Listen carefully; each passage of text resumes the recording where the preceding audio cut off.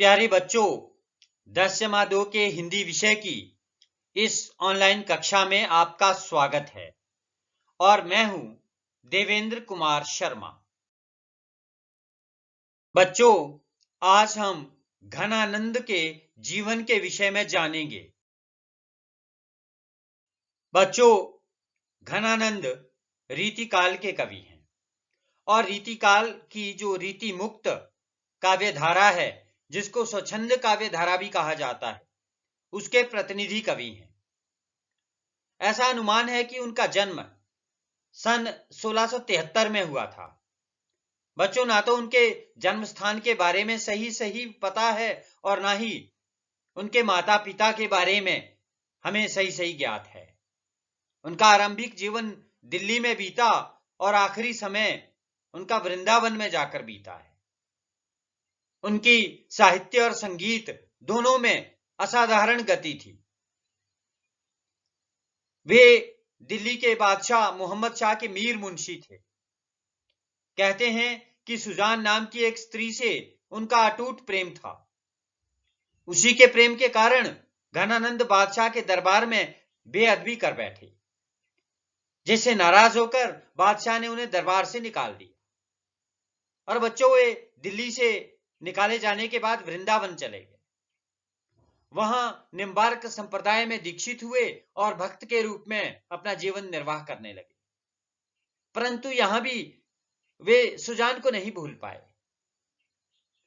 अपनी रचनाओं में सुजान के नाम का प्रतीकात्मक प्रयोग करते हुए वे वृंदावन में काव्य रचना करते रहे।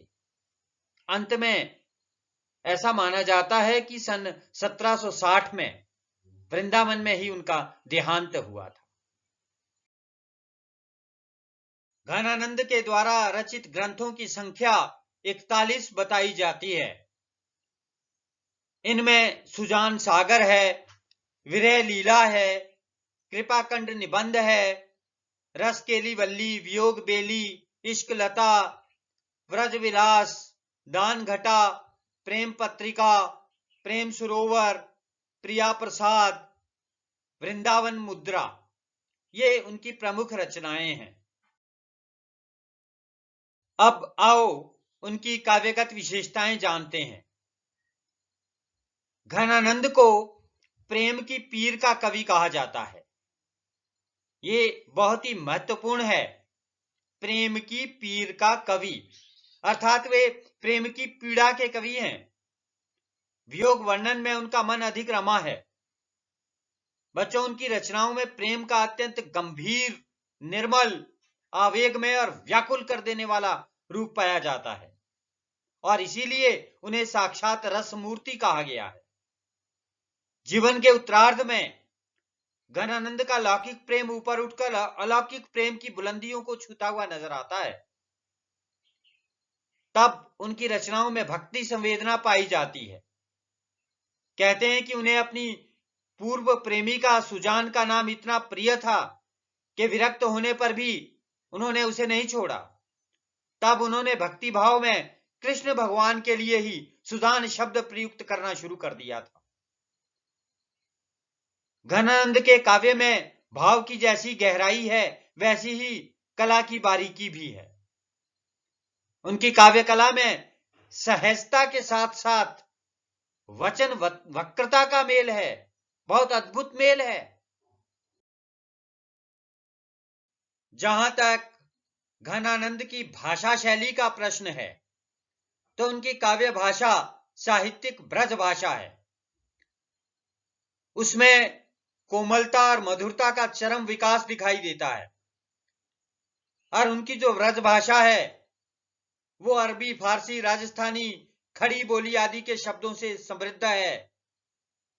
उन्होंने लोकोक्ति और मुहावरों के प्रयोग से भाषा सौंदर्य को 4 चांद लगा दिए हैं। उन्होंने अपने काव्य में अलंकारों का प्रयोग अत्यंत सहज ढंग से किया है। बहुत से अलंकार हैं, अनुप्रास, यमक, उपमा, रूपक, उत्प्रेक्षा, विरोधाभास आदि। इन सब का बहुलता से प्रयोग हुआ है, लेकिन विरोधाभास उनका प्रिय अलंकार है। छंद विधान की दृष्टि से उन्होंने कवित्व और सवैया छंद का अधिक प्रयोग किया है। इसके अलावा भी थोड़े बहुत छंद और हैं, लेकिन प्रमुख छंद कवित्त और सवैया है। तो बच्चों, आज की इस ऑनलाइन कक्षा में हमने जिन प्रमुख बिंदुओं को पढ़ा, उनका एक बार फिर से पुनरावलोकन कर लेते हैं। जो महत्वपूर्ण बिंदु हैं, उन बिंदुओं को हमें ज्यादा ध्यान में रखने की आवश्यकता है। तो कौन कौन से बिंदु थे? घनानंद रीति मुक्त या स्वच्छंद काव्य धारा के प्रतिनिधि कवि है। पहली बात तो हमने ये देखी। उसके बाद हमने देखा कि वे दिल्ली के बादशाह मोहम्मद शाह के मीर मुंशी थे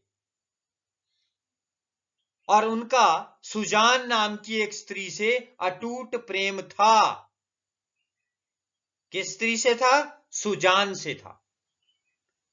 और बच्चों, चौथी चीज जो हमने आज के पाठ में देखी कि जीवन के उत्तरार्ध में वे वृंदावन चले गए थे, वहां निम्बार्क संप्रदाय में दीक्षित हुए और भक्त के रूप में जीवन निर्वाह करने लगे, और वहीं पर कहा? वृंदावन में उनका देहांत हुआ। बच्चों, पांचवी चीज हमने उनकी रचनाओं के बारे में जानी।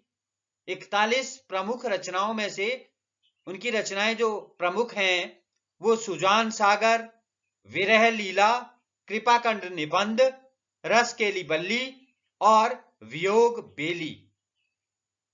और जो छठी बात हमने इस पाठ में देखी कि उनको, घनानंद को, प्रेम की पीर का कवि कहा जाता है। प्रेम की पीर का कवि। और सातवीं बात, उनकी ब्रजभाषा अरबी, फारसी, राजस्थानी और खड़ी बोली के शब्दों से समृद्ध है। और आखिर में एक बात यह भी हमने याद रखनी है कि उनका प्रिय अलंकार कौन सा है? विरोधाभास। विरोधाभास उनका सबसे प्रिय अलंकार है। वैसे तो वो बहुत से अलंकारों का प्रयोग करते हैं, लेकिन सबसे प्रिय अलंकार है विरोधाभास।